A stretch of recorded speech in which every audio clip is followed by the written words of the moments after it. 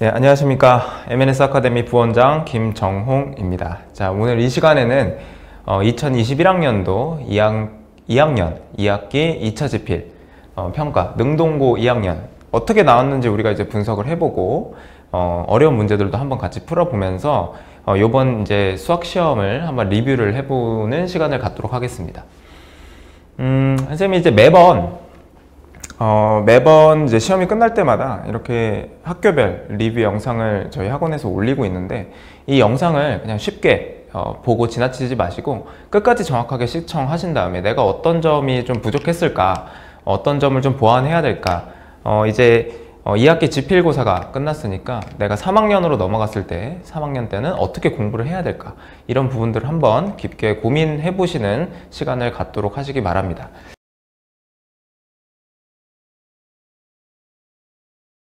자, 일단은 이제 능동고 2학년은 총 이제 어느 때와 똑같이 이제 20문제가 출제가 됐습니다. 이제 20문제가 출제가 됐고, 당연히 100점은 100점이겠죠.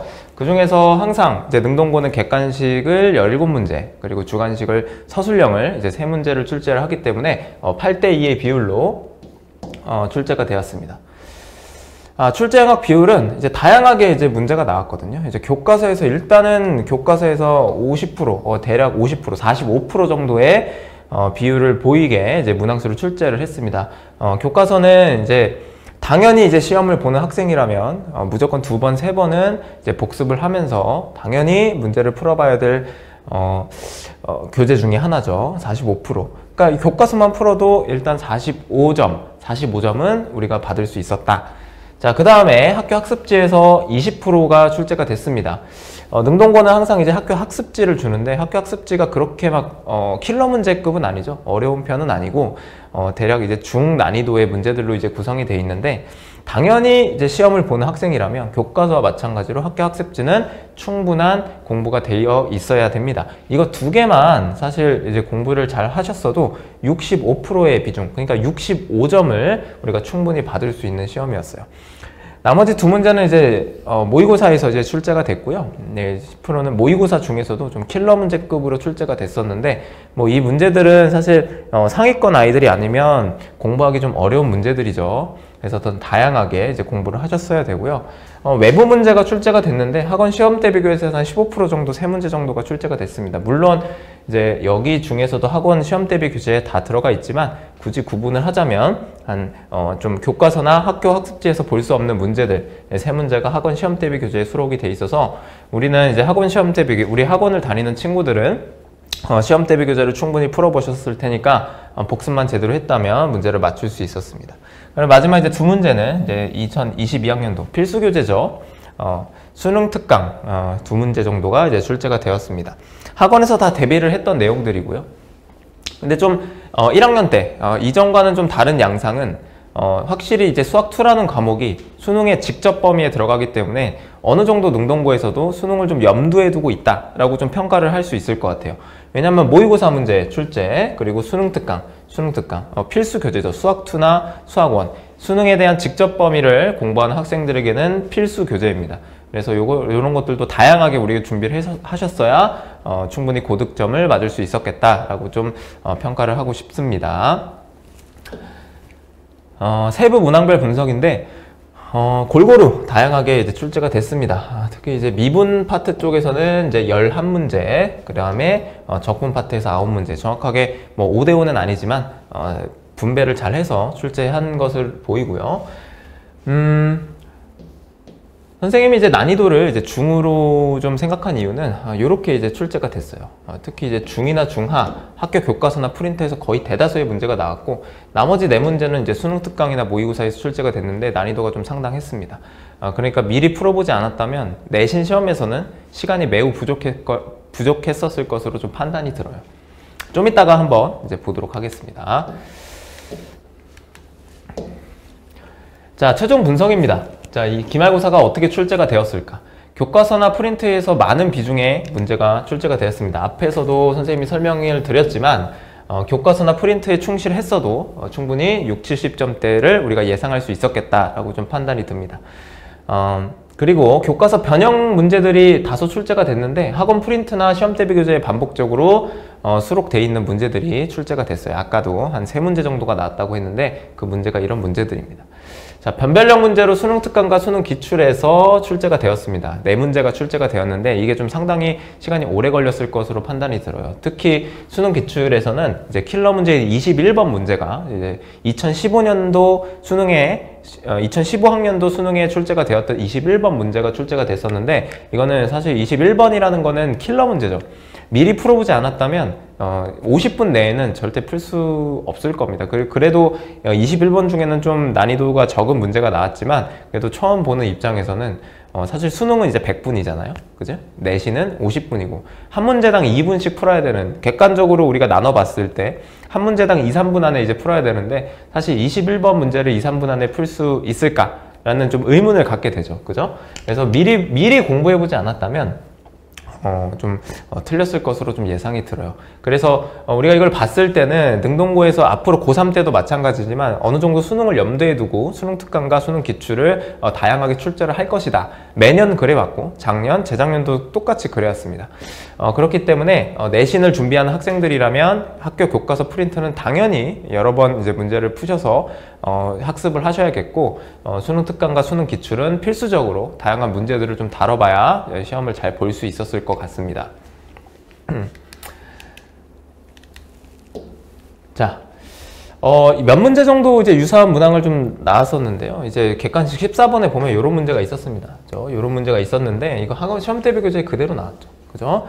구간만 바뀌었습니다. 열린 구간, 이제 구간에 대한 표현만 바뀌고 나머지는 이제 그대로 나왔기 때문에 학원 시험 대비 교재 이런 문제가 수록이 돼 있었고요. 요것도 마찬가지죠. 4차 함수의 극값에 대한 조건. 요것도 이제 교과서에서는 사실 좀 보기 힘든 문제인데 시험 대비 교재에 충분히 이제 수록되어 있는 것을 이제 볼 수가 있습니다. 그래서 4차 함수에 대한 극값 문제.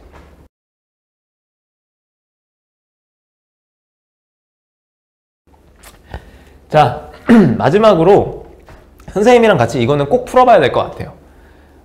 이제 고3이고 2학년이 끝났잖아요. 이제 우리는 수능 대비를 하셔야 되고 요번에 능동고 객관식 마지막 문제로 출제가 됐었던 킬러 문제 21번 그것들을 한번 같이 풀어보면서 시간을 좀 마무리할 건데 이 문제는 우리가 시험에서 못 풀어봤어도 못 풀었더라도 여기서 이제 선생님이랑 같이 이제 풀어보면서 한번 정리해 보시기 바래요. 어차피 내년에 우리가 수능을 준비할 때 한 번쯤은 이제 꼭 볼 문제입니다. 자, 한번 풀어보겠습니다. 어려운 문제 21번입니다. 킬러 문제. 자, 다음 조건을 만족시키는 모든 3차 함수 fx에 대해서 f2의 최소값을 한번 구해봐라. 이런 문제가 나왔어요. 자, 이 가나다 조건이 주어져 있는 문제는 수능에서 킬러 문제로 상당히 많이 출제가 되는 문제죠. 우리가 가조건과 나조건과 다조건을 우리가 이제 분석을 하면서 fx에 대한 최소값, f2에 대한 최소값을 이제 구하는 문제인데 f2의 최소값이라고 하면 값이 하나로 결정이 안 된다는 소리죠. 여러 개가 나오는데 그 중에서 제일 작은 값을 구해라. 그러니까 이런 문제 같은 경우에는 약간 범위가 출제가 되겠구나. 범위에 대한 힌트가 좀 주어지겠구나 라고 어느 정도 유추를 하면서 문제를 들어갈 수 있습니다. 그죠? 자, 힌트 정리를 한번 해보겠습니다. 가 조건에 보면 fx의 최고차 항의 이제 개수는 1이다 라고 3차 함수라고 했기 때문에 우리가 이 힌트를 통해서 우리가 fx를 이제 어느 정도 식을 유추를 할 수 있죠. 최고차 항의 개수가 3이고 ax제곱 플러스 bx 플러스 c. 자, 여기다 이제 f'x까지 적어 놓겠습니다. 3x제곱 플러스 2ax 플러스 b죠. 자, 그 다음에 f0이랑 f'0이랑 같아요. f0은 여기다 0 넣은 거니까 f0은 c죠. 그죠? 그리고 f'0은 b죠. 그래서 우리는 c와 b가 같구나 라고 나조건까지 충분히 판단할 수 있게 됩니다. 여기까지 어렵지 않겠죠. 그죠? 어렵지 않고 이제 판단할 수 있을 것 같습니다. 다조건이 상당히 어려웠는데 여기다가 그냥 한번 식을 한번 넣어 보도록 할게요. fx는 x세제곱 플러스 ax제곱 플러스 bx 플러스 b고요. f'x는 3x제곱 플러스 2ax 플러스 b라고 하겠습니다. 자, 이쪽으로 쭉 이항시키면 b가 없어지고요. 계산이 되고 넘기면 x세제곱 플러스 a-3 x제곱 플러스 b-2a x가 0보다 크거나 같다. 이제 이런 표현이 이제 나오게 됩니다. 그죠? 자, 그래서 여기 조건이 뭐냐면 이 부등식이 완성이 됐는데 x가 마이너스 1보다 크거나 같은 부분에서 이 부등식을 무조건 만족시켜라 라는 겁니다. 자, 부등식의 3차 함수에 대한 부등식의 문제고요. 우리는 3차 함수에 대한 부등식의 문제를 시험 대비를 통해서 상당히 많이 풀었습니다. 식으로 푸는 게 아니고 그래프를 유출을 하는 거죠. 그래서 선생님이 이 3차 함수를 여기서 만들어진 3차 함수를 선생님이 gx로 나타내겠습니다. 그래서 결국에 우리는 x가 마이너스 1보다 크거나 같을 때 gx가 항상 x축 위에 있어라 라고 우리가 이제 판단을 할 수 있을 것 같아요. 그래서 요것들을 우리가 이제 그래프로 한번 유출을 해볼 건데 우리가 이제 gx라는 어떤 3차 함수를 x세제곱이죠. x세제곱 플러스 a-3 x제곱 플러스 b-2a x로 둘 수 있습니다. 근데 여기서 좀 특이한 점이 뭐냐면 g0이 0이라는 거예요. 그죠? g0이 0이라는 건데 0,0을 지난다는 거죠. 문제에서 0,0을 지난다는 건데 사실 이제 이렇게 될 수도 있어요. 이거 이제 이렇게 지나가면 안 돼요. 왜냐면 마이너스 1보다 크거나 같을 때 항상 x축 위에 있어라 라고 표현이 되어 있기 때문에 이렇게 되면 항상 x축 위에 들어가 있는 표현이 안 되죠. 그렇기 때문에 항상 이 조건에 만족하려면 여기가 어떻게 돼야 돼? 무조건 접할 수밖에 없다는 겁니다. 그죠? 이 3차 함수 그래프, 이 gx의 그래프가 무조건 접하는 형태가 되어야 마이너스 1보다 크거나 같을 때 우리 이제 다 x축 위에 있겠구나 라고 판단이 들어요. 자, 그래서 그래프가 어떻게 돼야 돼? 무조건 이런 식의 그래프가 되어야 됩니다. 그럼 우리는 이 그래프를 통해서 우리 두 가지 힌트를 유출할 수 있게 돼요. 자, 0에서 접하니까 g0은 0 당연한 거고 g'0은 0이다라는 힌트를 우리가 얻게 됩니다. 그리고 마이너스 1이라는 부분이 이쪽에 있어야 됩니다. 그죠? 마이너스 1. 마이너스 1보다 크거나 같을 때 0보다 커야 되니까 이렇게 되어야 항상 x축 위에 있는 함수가 되겠죠.